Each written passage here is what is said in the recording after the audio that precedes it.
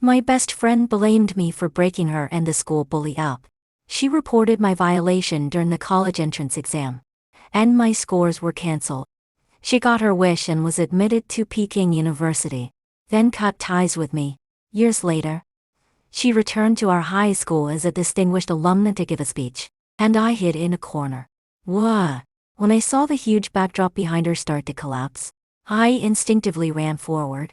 My whole body was in pain, and as my consciousness faded, I let go of her tightly held hand. With, there's a next life. I won't help you again.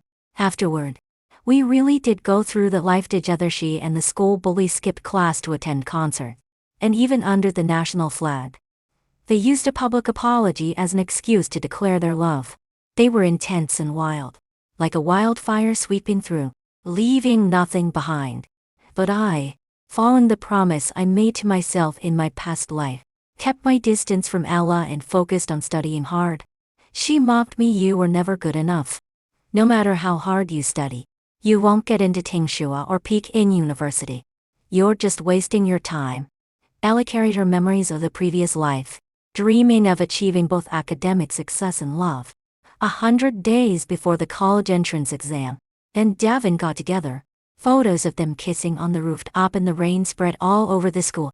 Ella pressed Devin against an old desk, standing on her tiptoes to kiss the boy whose ears turned bright red. She moved quickly, straightly. She was reborn. She confessed, as if afraid someone would stop her again. I chuckled to myself bitterly and buried my head in my vocabulary book. Around me, classmates whispered, the stirrings of youth blending into the sound of pages turning, gradually filling the classroom.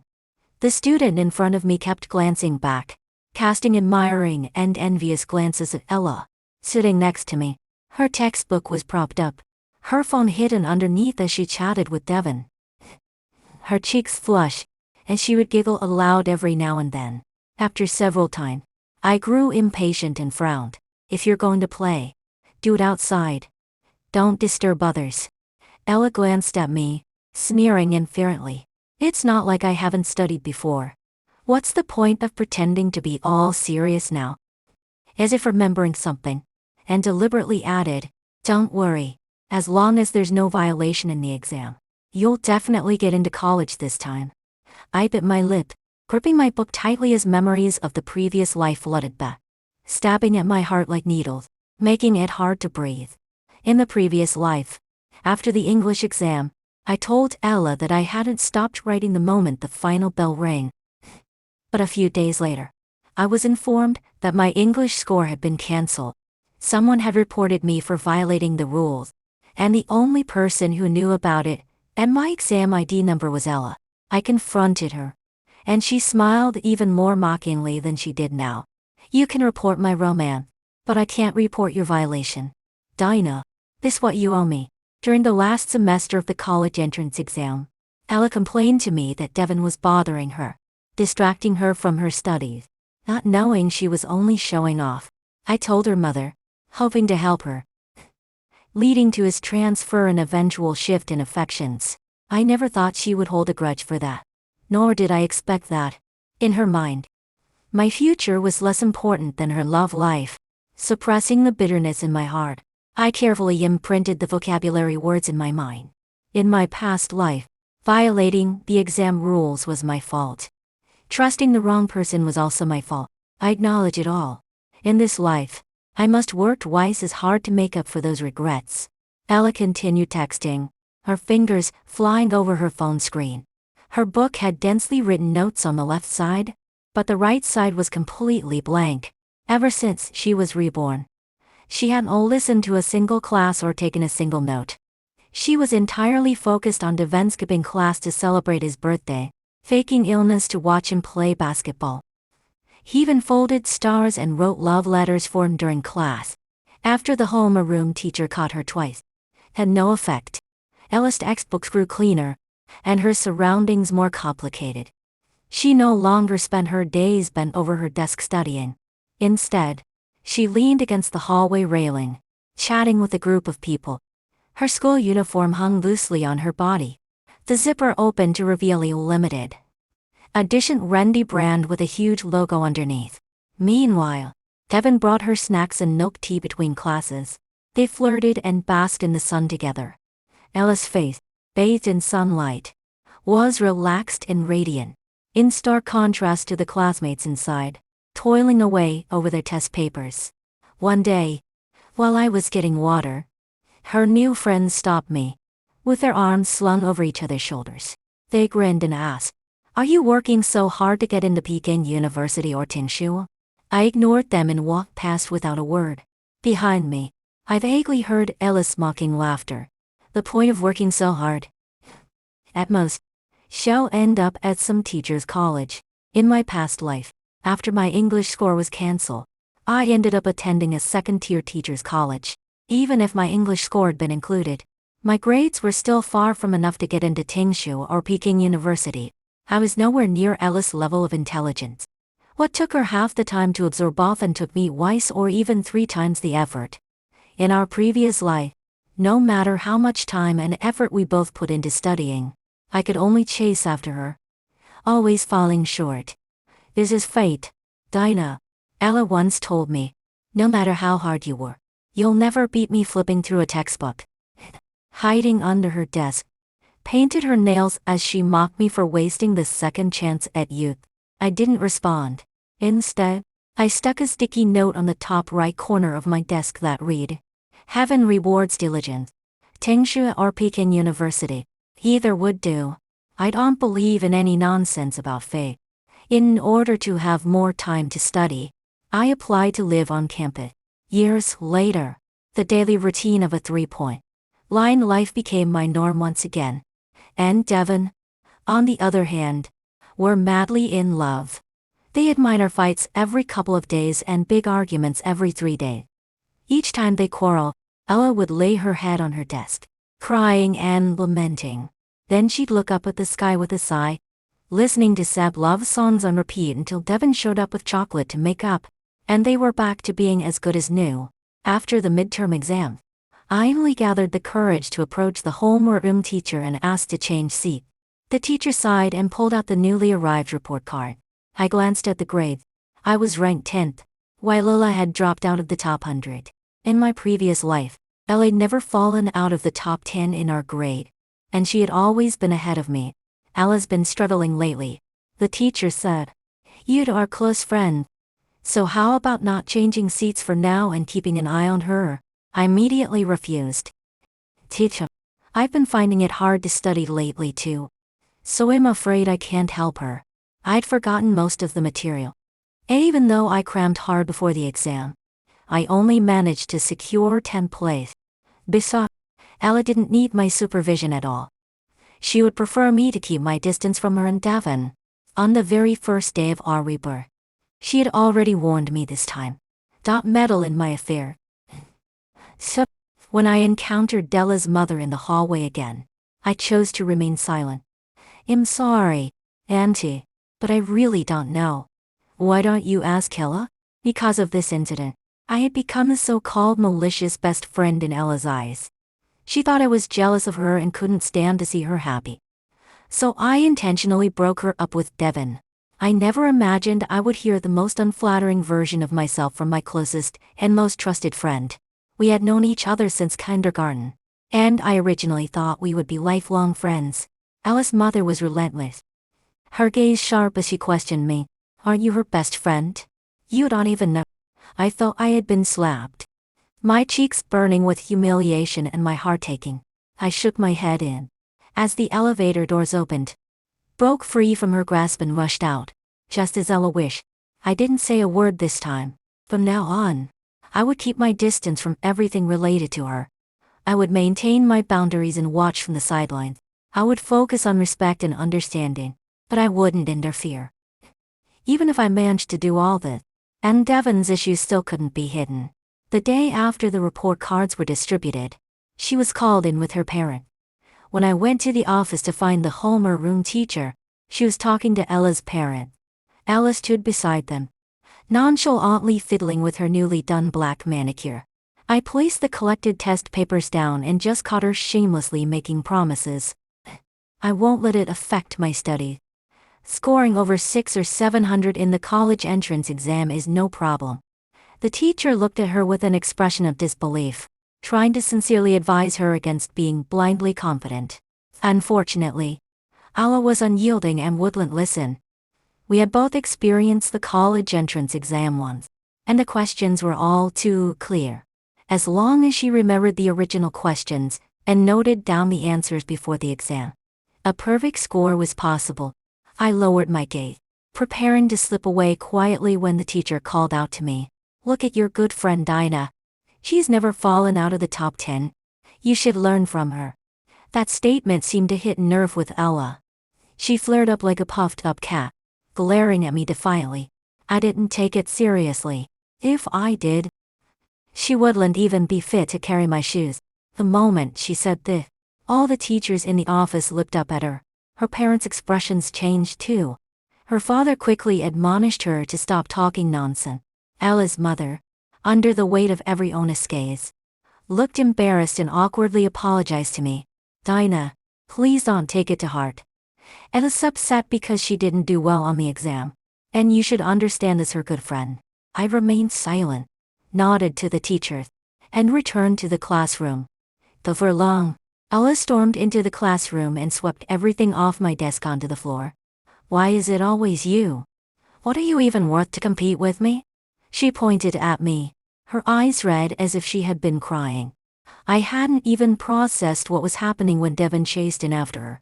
He wrapped his arms around her from behind and shot me a cold, perplexed glare. Then, in front of the whole class, Devin pulled Ella into his arms. "Ella, in this life, I only want. Not even the King of Heaven could separate us." Ella looked up at him, locking eyes with determination and affection, gripping the hem of his shirt tightly. "Devin, even if I have to go against the whole world, we won't be separated. Not even in death." And I were left in stunned silence as we watched their performance until the class bell rang. Devin's expression was gentle as he took Ella's hand. Their fingers intertwined, and they ran out of the classroom together. I bent down to pick up my scattered book. Overhearing whispers from the students nearby had forced her to break up with Devin and even went to Devin's family to scold him. They threatened that if they didn't break up, they would cause a scene at his house in his father's company. It seemed like the storyline was repeating itself from my previous life, and everyone was speculating whether they would actually break up. The class monitor, who had been silent beside me, finally stood up and handed out the newly released test papers. I organized my things, holding the math test paper in my hand, but my mind felt chaotic. I had thought that as long as I kept quiet, Ella wouldn't blame me, but in the end, even doing better than her felt like a mistake. In my past life, I'd foolishly felt a twinge of guilt towards her, and now I found it utterly ridiculous. "You got it wrong." A cold voice suddenly cut through my thoughts. It was the class monitor, his gaze fixed on the problems I just completed. Since I had applied to change seats with the homeroom teacher, I had been assigned to sit next to him. He was a top student who had consistently ranked first in our grade, and he was quiet and low-key. If he said I had made a mistake, then it was definitely a mistake. I pushed aside the discomfort and disappointment swirling in my mind, refocusing my thoughts. The homeroom teacher still hadn't arrived for class, and it was only close to the end of the period that she rushed in, her face dark with frustration. "Ella," then naturally took the phone away, smiling as he said, "You never used to watch these kinds of emotional videos." Did not appear at all that afternoon. During dinner time, it started to rain outside, and I grabbed an umbrella to head to the cafeteria. Passing by the playground, I saw a group of people gathered and realized it was Ella and Jilu, running side by side in the rain, letting the water splash onto their faces. Occasionally, they would turn to gaze at each other affectionately, exchanging smile. The disciplinary director stood at the edge with an umbrella, looking displeased as he scolded them. I heard that after they had run out of the classroom, they attempted to climb over the wall to leave school, only to be caught red-handed. Suddenly, Alice tumbled, tripping over her own feet and falling to the ground. Devin immediately stopped, rushed over, and picked her up in his arms, heading towards the infirmary. The students gathered around, holding colorful umbrellas. instinctively parting to create a path for them. At that moment, no matter how bright the colors were, they all faded into the background, leaving a gray haze. Someone quietly exclaimed how cool and romantic it was. This is what youth should look like. I turned my head to look at the timer hanging high on the roof of the senior high building. There were 80 days left until the college entrance exam. The bright letters on a white background standing out against the gray backdrop. The cool rain was blown onto my face by the wind, and I shivered. I adjusted my school jacket and quickened my pace to catch up with the crowd heading to the cafeteria. During evening self-study, Ella still hadn't returned. I heard she had come down with a high fever from getting soaked in the rain. At such a critical time, the homeroom teacher actually took half of the class period for a meeting. There are only a few dozen days left. If you want to date, just hold on a bit longer. After graduation, you can do as you please, she added.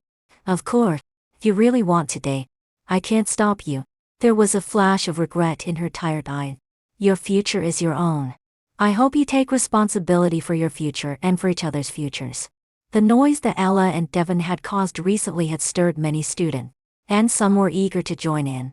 However, with the college entrance exam approaching, the school could hardly expel them, so they could only receive written reprimands and public criticism.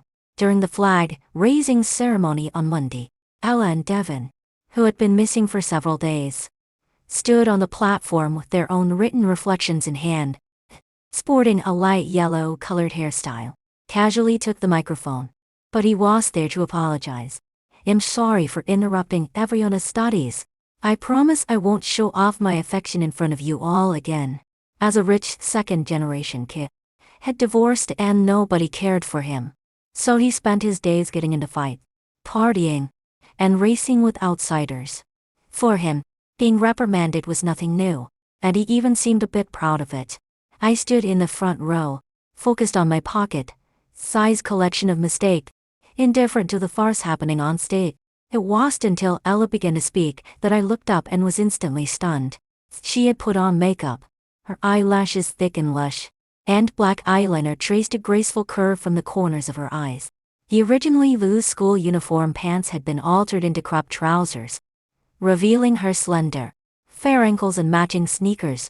This was her first time speaking from the podium, but it was the first time she was reading a reflection. Clearing her throat, she looked at Devin and said in front of all the teachers and students, I don't regret being with Devin, and I assure my teachers and classmates that I will definitely be admitted to Tingshu, a university, or Peking University. This was the second time she had made such a bold claim, relying on her memories from her past life. But how could she be so sure that this year's college entrance exam questions would be the same as in her previous life? Flag-raising ceremony ended quickly, and Ella and Devin were once again invited to the principal's office for tea. I made my way back to the classroom with the crowd. Passing by the bulletin board at the base of the teaching building, I saw the newly changed poster. The results of the school's top and outstanding student selection had been announced. My name and photo were placed in the most prominent position. In my past life, that spot belonged to Ella. She had even complained that her photo was too ugly and preferred not to have one at all. Now, as she wished, she began to mock me coldly. Just a top 10. What's so great about it? Within a few days, my photo was defaced. Beside it was a poster with the headline, Is the daughter of a murderer also considered outstanding? I stared at that paper, feeling as if I had fallen into an ice cellar, my whole body trembling. Many people were watching, and some classmates who recognized me turned to look. I pushed through the crowd and tore down that paper, finding Ella on the rooftop, leaning against Devin as she tried to steal a cigarette. Did you post that? I tossed the crumpled paper at her face, and she shrieked, diving back into Devin's embrace. Devin flicked the cigarette away, pulled Ella behind him, and pushed my shoulder. Are you tired of living? How dare you touch my woman? His strength was overwhelming, and his shove sent me crashing to the ground. My palm scraped against the rough concrete, swelling with pain that shot straight to my heart. The matter about my dad was my biggest secret. No one at school, except for Ella, knew about it, and she had vowed never to tell anyone. No matter how bad our relationship had gotten, I never imagined she would use it to hurt me. Aren't you afraid of retribution? I stood up, glaring at Ella, my heart feeling desolate. She had once said that if it leaked out, she would be cursed for life. Retribution? What part of this is not true? Your dad is a murderer, said, hiding behind Devon, trying to act tough. Her eyes shifted from being guilty to resolute in just a few seconds. She looked down at me and sneered. I'm just raising a reasonable question about the selection results. Is that not allowed? I stared at her, a face completely foreign to me, confused about what things had gone wrong. In my previous life, I genuinely considered her a friend, the one I trusted the most, sharing everything with her. Now, those secrets whispered in the dead of night were all laid bare in the sunlight, turned into swords piercing toward me. My throat felt like it was stuffed with cotton. It took all my strength to ask the question that had been stuck in my heart. What? Ella seemed to find it the funniest joke in the world, her gaze full of disdain as she scrutinized me. Dinah, you don't really think I consider you a good friend? You should take a look in the mirror. Do you really think you're worthy? The surrounding girls burst into laughter, sidling up to her and linking their arms with hers. Someone pulled out a secretly brought phone from their pocket, turning on the front camera to film me, yanking my hair to force me to look at the lens. In the camera, my face looked pale and sallow, heavy dark circles under my eye, and a swollen pimple on my forehead. The faded, oversized school uniform clung to me, and my canvas shoes were crumpled with peeling soles. I raised my hand to resist, but they held me down firmly, clamoring to use expired lipstick to do my makeup. Al leaned against Devon, the warm sunlight illuminating her lustrous, voluminous curls. She looked like a divine maiden, her gaze at me filled with pity mixed with mockery. Aunt Bully, our top 10 outstanding student. Her family is very poor. Her mother works in a massage parlor washing men's feet to support her studies and has to apply for financial aid every year. One year she didn't get the aid, and her mother even came to the school to beg the homeroom teacher, kneeling in the office. I saw it with my own eyes. Devon lit another cigarette and coughed as he took a puff, laughing uproariously. Damn, that's just pathetic. Why bother studying when you're this poor? Just go work in a factory tightening screws. He pulled Ella closer, kissing her cheek gently. Baby, stay away from her in the future. Don't catch the poverty vibe. If you marry me, you'll be a wealthy lady. The flunkies around them laughed, brandishing the lipstick as they approached my face. As the class bell rang, I found myself with no way to escape, and one of them slapped me hard across the face. Don't act shamelessly. You can leave after I put some lipstick on you. I was so dizzy from the beating that. Then, I heard a furious shout. What are you doing? Everyone jumped in shock and turned around. The homeroom teacher, the vice principal, and the principal all stood at the rooftop door. I gritted my teeth, trying to raise my swollen face, tears rolling down from the corners of my eyes. Teacher, I want to call the police. Ella's flushed face instantly turned pale, helpless in the face of the sudden change. She was lost in the joy of youth. My mind was mature, and my spirit was resilient. No humiliation could destroy me. I would retaliate against anyone who humiliated me. The principal's office door was tightly shut. I held my mother's hand as I faced Tella and her parent. Apart from them, none of the other parents had come. The police had arrived. But since the group wasn't of age yet, and Ella was only a month away from being an adult, they couldn't take any substantial action. They advised me to negotiate a settlement. I won't accept an apology. Let's deal with this according to school rules. The school rules stated that students who verbally insult or physically assault others would be put on probation, and their parents would be called in for education until they showed remorse. Before I went to the rooftop to find Ella, I had already sent someone to call the homeroom teacher. If Ella could do this to me once, she could do it again. I was preparing for the college entrance exam and didn't have time to play her game. Since she wanted to focus on dating rather than studying, she could go back and enjoy that. Ella's mother changed color. There are just over 2 months until the college entrance exam. Daida, isn't that request a bit excessive? If this incident affects Yaya's performance on the exam, can you take responsibility for that? She kept using moral and emotional coercion. It's like, you and Yaya are practically like sisters. You know she likes to joke. And she didn't even lay a hand on you. Even my mother, who was usually gentle, had a dark expression and tried to speak. But I pressed her down. Auntie, your daughter doesn't treat me like a sister. I forced a smile. My attitude very firm. If this isn't handled according to school rule, I will pursue legal responsibility for all of them and file a case. Hearing that I would file a case, few people huddled in the corner looked up in terror. Devin clenched his fists and stepped forward, pulling Ella behind him to shield her. This is mainly my responsibility. It has nothing to do with her. You have the ability. Come for me.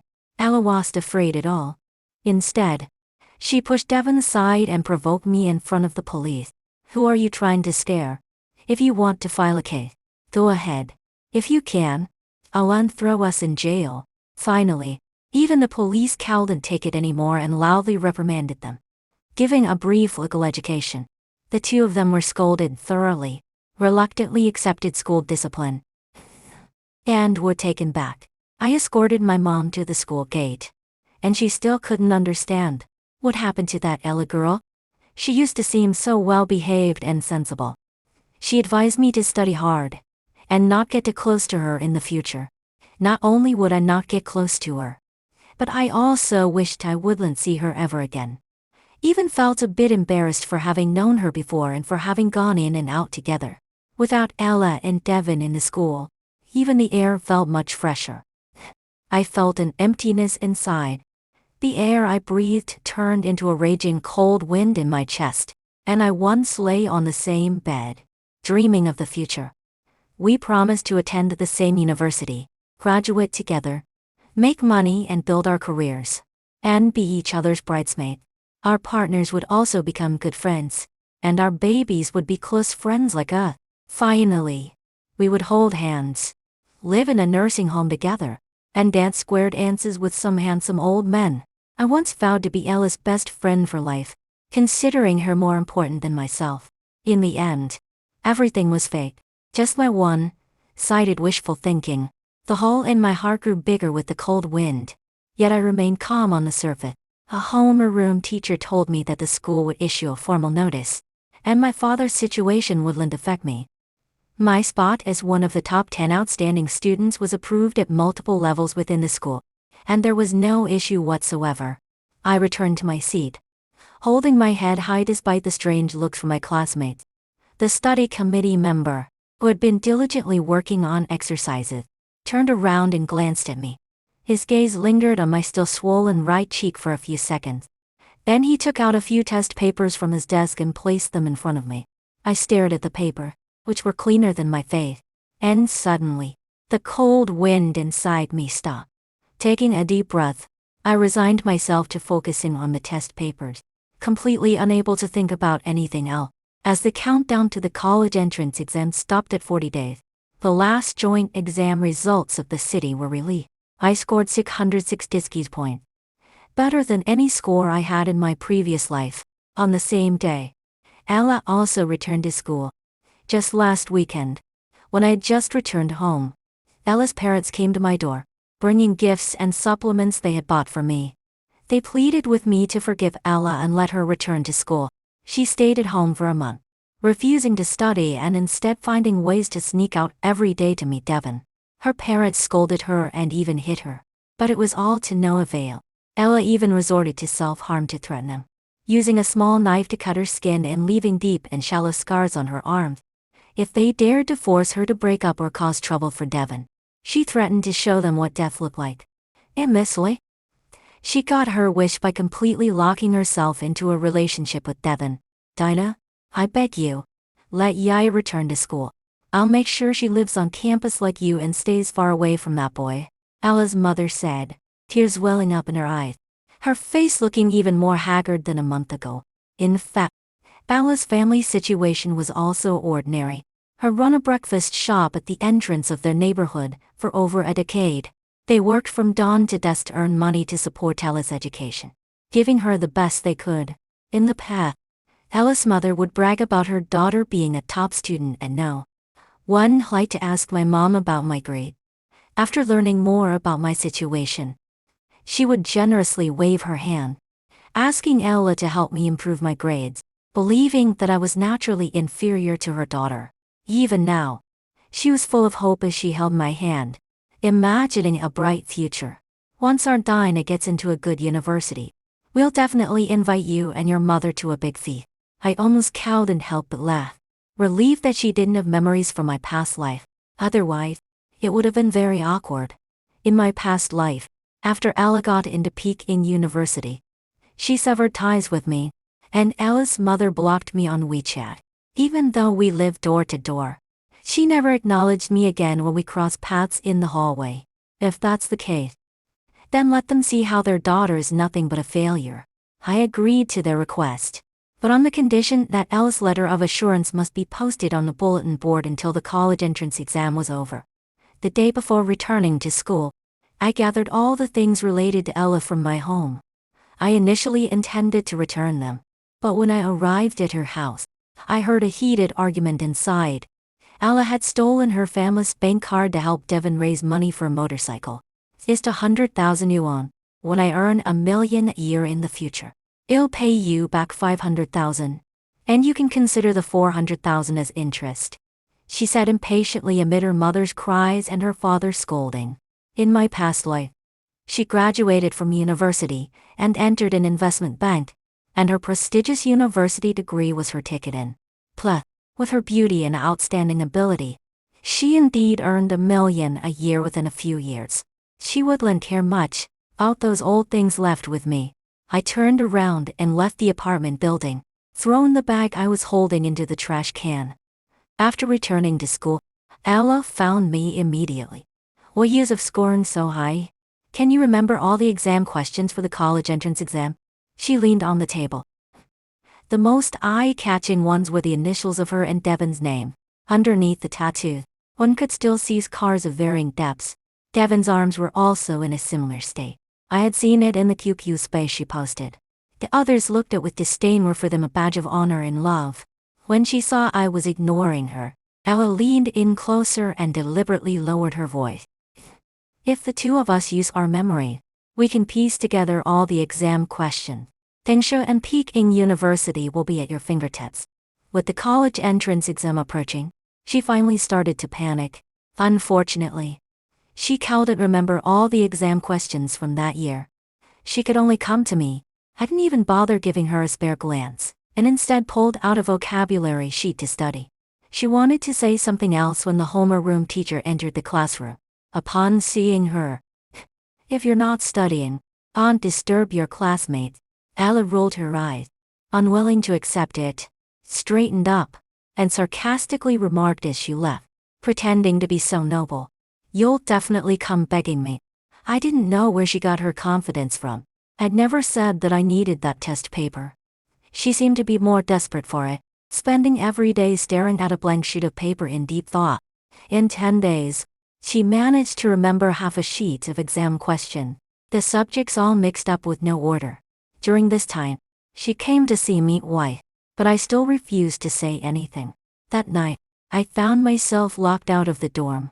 My doormate, under Ella's threat, dared not help me open the door. "I'm sorry. We can't mess with her boyfriend Devin." Since Ella returned to school, she had been forced to live in the dormitory. Her mother insisted we share a room, claiming it was for mutual support. She was indeed keeping a close watch on me, coming up with all sorts of ways to torment me every day. My clothes started disappearing inexplicably, and my washcloth was smeared with paint. Even my bed was damp, forcing me to go to class and sleep at my desk. Occasionally, I would wake up from insomnia and use a flashlight to study or look out at the school bathed in moonlight at 4 in the morning. But long term, this would definitely take a toll on me and affect my review. I usually finished my lunch quickly and returned to the dorm for a nap. At noon, while everyone was resting in the classroom, I thought I might run into Ella. She was standing on the ladder of the upper bunk, seemingly about to get down when she saw me and was startled. I paused at the door and noticed she was only wearing a tight, fitting spaghetti strap nightgown. The innocent curves of her body, just developing, were perfectly outlined. Her hair was messy, her cheeks flushed, and her eyes glimmered with a hint of water. Following her guilty gaze, I glanced up at her bed. Through the loosely drawn curtain, I could see a boy's arm. Ella immediately ran down and blocked my line of sight protectively. "What are you looking at?" I pretended nothing had happened, grabbed my thing, and left. In the classroom, everyone was either dozing off on their desks or scribbling away. My steadfast desk mate had been sitting up doing exercises without moving since I left. I sat down quietly, just about to rest my head on the table when he asked, "Which school are you aiming for?" After blinking in surprise, I replied, "Peking University. I guess that was also my goal in my past life. This time, I wanted to give it another shot." The class monitor nodded and returned his gaze to the textbook. My eyelids grew heavy, and I slowly closed my eyes and drifted off to sleep. A few days later, one afternoon, I saw Ella sneaking back to the dormitory alone. After the lunch break, I heard that the dorm supervisor had personally dragged Devin out of Ella's bed. They both looked disheveled, and Devin was only wearing his underwear, which many people saw. With only 20 days left until the college entrance exam, they were once again sent home. This time, the consequences were severe. They wouldn't be allowed back until after the exam. Devin's dad came to school to take him back to their hometown in Shanghai, after the Bentley in the rain, crying as she ran.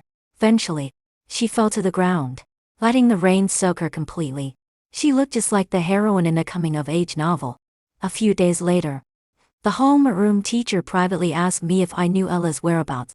After being taken home, she ran out of the house with a high fever and had been missing for 2 days. I recalled Ella's post from that morning: "Love knows no distance. The mountains and seas can be crossed." The accompanying picture showed her sitting behind Devin on his motorcycle, smiling brightly. Behind them was a massive concert promotional poster. It featured a singer that Ella and I had liked since middle school, who was having his first concert in Shanghai tomorrow. We had once shared headphones listening to his song, promising to save money together to attend his concert after graduation. But I didn't tell the homeroom teacher any of this. I had exposed her to the dorm supervisor earlier because she provoked me first. To avoid affecting my studies, I'd no choice but to get rid of her. Now, since she hadn't provoked me again, I still respected her choices. After much inquiry from the teacher, I learned that she had run away to Shanghai. Unfortunately, before her parents could bring her back, she and Devin got into a car accident. After attending the concert, they went street racing and fell off a mountain road. Luckily, the bushes and trees cushioned their fall, resulting in only minor fractures and some scrapes. However, In was scratched by a branch, leaving a long scar. Whether she could heal completely depended on luck.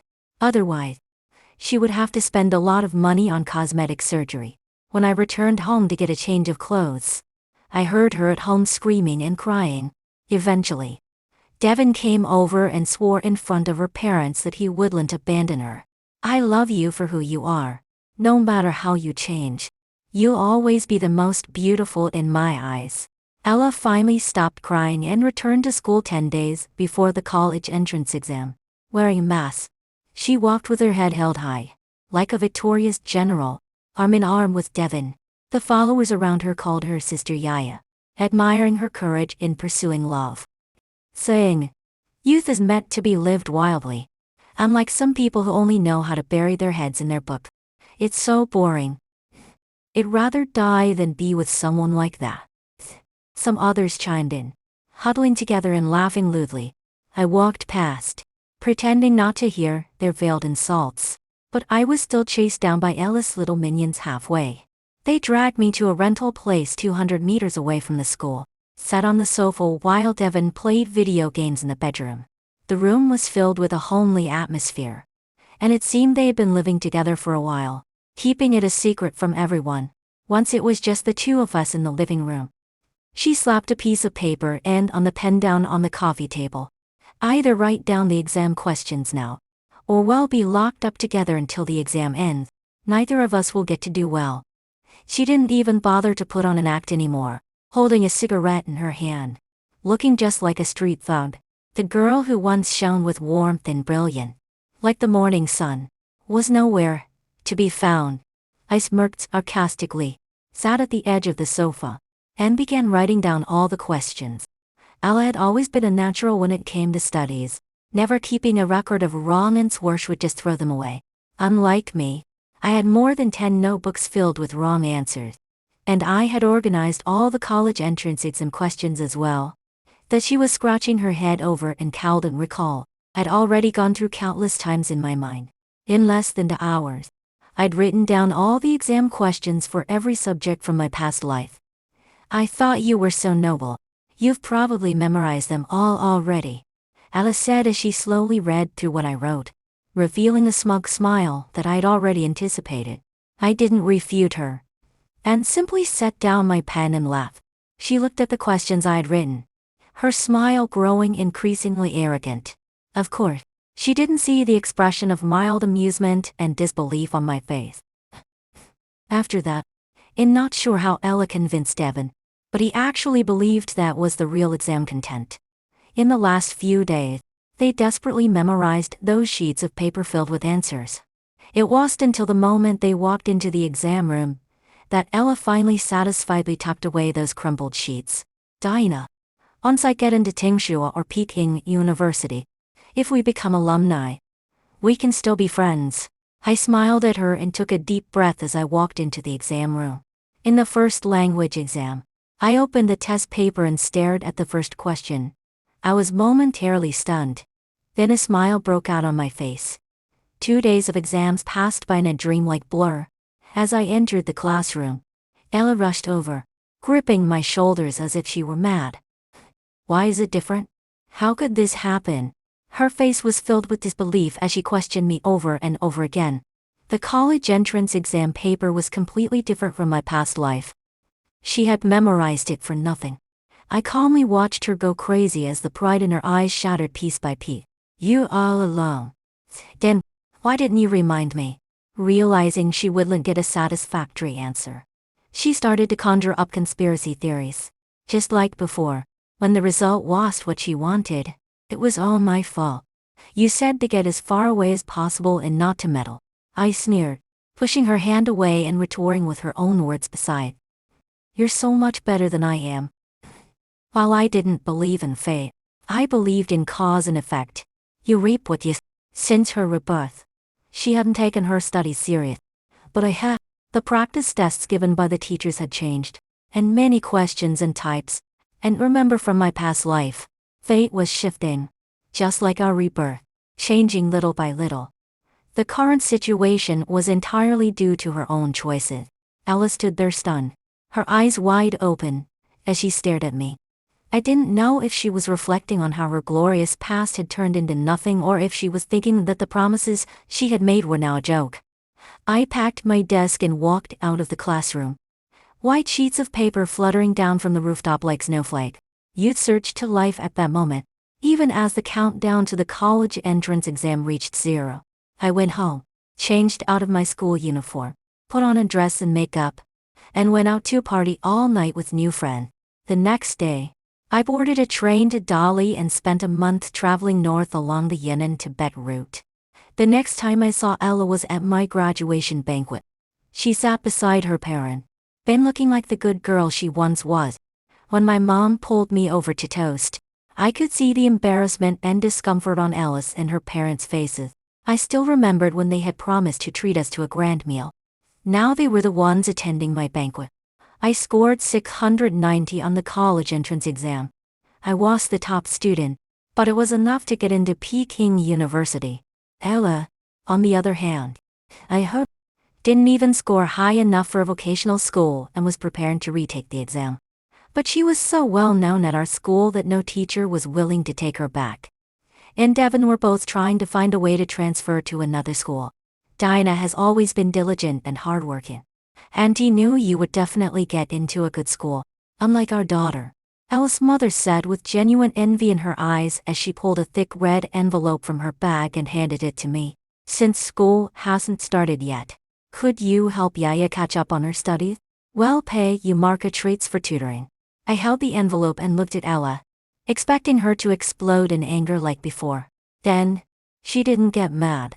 Her eyes turned red, and her voice trembled. Dinah, she called me by the name she used before, carefully holding my hand. I know I was wrong, for the sake of our good times together. Can you help me out? Please? She looked at me with pleading eyes. On the surface, she seemed pitiful, but deep inside, there was a profound unwillingness to accept defeat. The day the college entrance exam results were released, some so-called genius leaked the video of Ella promising to get into Tsinghua or Peking University. That video had gone viral on the school forum in QQ space, and every day it was met with new ridicule. Dinah, I swear you'll study hard this time. I also want to get into Peking University. We can study and eat together then. Ella clung to my arm, making promises and fantasizing about the future. She had a knack for playing the damsel, easily getting people to soften and relent. I had fallen for her act in the past, letting her summon me and dismiss me at will. Unfortunately, now hearing those words made me feel nauseous, and I handed the read envelope back to her mother. I'm busy. The teacher asked me to go to school early to work on a project. You're so smart. You can probably get the provincial top score through self-study, right? Ella's expression immediately changed. She violently shook off my hand, her face contorted with rage. There to be so arrogant about. You just got lucky. Why act so high and mighty? Only someone like you, after studying for so long, can't even get the top score. Are you brave enough to bet that when I do get the top score, you'll kneel down and kowtow to me? The guests watched the scene unfold, whispering among themselves. No one believed her words. Who didn't know she didn't study properly and preferred to hang out with troublemakers? Ella's parents, hearing the gossip, dared not lift their heads as they hurriedly left with her. After that day, Ella's mother spent a fortune hiring tutors for her, but within a week, 4 of them had quit. On Kizki Festival, she skipped class to go to the temple with Devon to pray for love and academic success. It seemed she believed in Buddha more than in studying hard. That evening, I deleted all contact information related to Ella, including her parent. Before the school year started, I went to Beijing with my mom. On the day of orientation, I met the academic committee member, then naturally took the phone away, smiling as he said, "You never used to watch these kinds of emotional videos. Didn't you go to Tsinghua?" In my past life, he had been the top student in the province and cut off contact with classmates after attending Tsinghua. I occasionally heard from others that he was impressive, finishing his doctorate and becoming a teacher there. Of course, in this life, he was still a top student, but he had switched from Tsinghua to Peking University. His eyes sparkled as he said, "I could choose any school." I was taken aback for a moment, but then I found it reasonable. With both talent and hard work, he could choose whichever school he wanted. As for those who had an inflated sense of self but refused to put in the effort, they didn't even have the opportunity to choose. The following year's college entrance exam, and Devon still couldn't get into university. In the end, Devon's dad spent money to get him into a private vocational college. Al unwilling to accept this and chose to retake the exam. During the retake period, she became pregnant, and her plans to retake the exam fell through. After that, I hardly heard anything about them. Years later, at a class reunion, who had returned to teach our alma mater mentioned them. She had a daughter with Devon, but his parents won't even let them through the door. Love means nothing to wealthy people. That was years ago, right? I heard Devon cheated later, finding someone younger and prettier behind Ella's back. Even found a mistress. I thought his family was going bankrupt and drowning in debt. Everyone chimed in, piecing together the fragmented lives of Ella and Devon. I remained silent, and when everyone was almost done eating, I quietly stepped out and paid the bill. As I returned to the private room, I could tell it was Ella. She had come to the reunion but hadn't entered the room. Then naturally took the phone away, smiling as he said, "You never used to watch these kinds of emotional videos." She walked out from the corner and stood in front of me. She looked like she hadn't been doing well. Her hair was dry, and her clothes were cheap, even in summer, covering her arm tattoos completely. Long ago, we had promised each other that whoever became rich first would support the other. I had become an elite lawyer and had the ability to support her, but our relationship was no longer where we could support each other. Dinah, I heard you became a lawyer. Ella bit her lip and smiled awkwardly at me. Her smile made the scar on her chin even more pronounced. I wanted to consult you about a divorce, I interrupted her, handing her a business card. This is my assistant's card. You can schedule an appointment with her. Ella is momentarily taken aback, awkwardly accepting the card and thanking me. The atmosphere became a bit uncomfortable. I distantly nodded, not inviting her into the room, and walked straight past her. Just as I was about to enter the private room, she called out to me again, pausing for a long time before asking, if I had made the same choice as you back then, would the outcome have been different? When she asked that question, she already had her answer. But youth had passed, and she no longer had the opportunity to make a different choice. I didn't answer her and went straight into the room. As the door opened, someone inside shouted, "What a great hand you had, and you played it so poorly.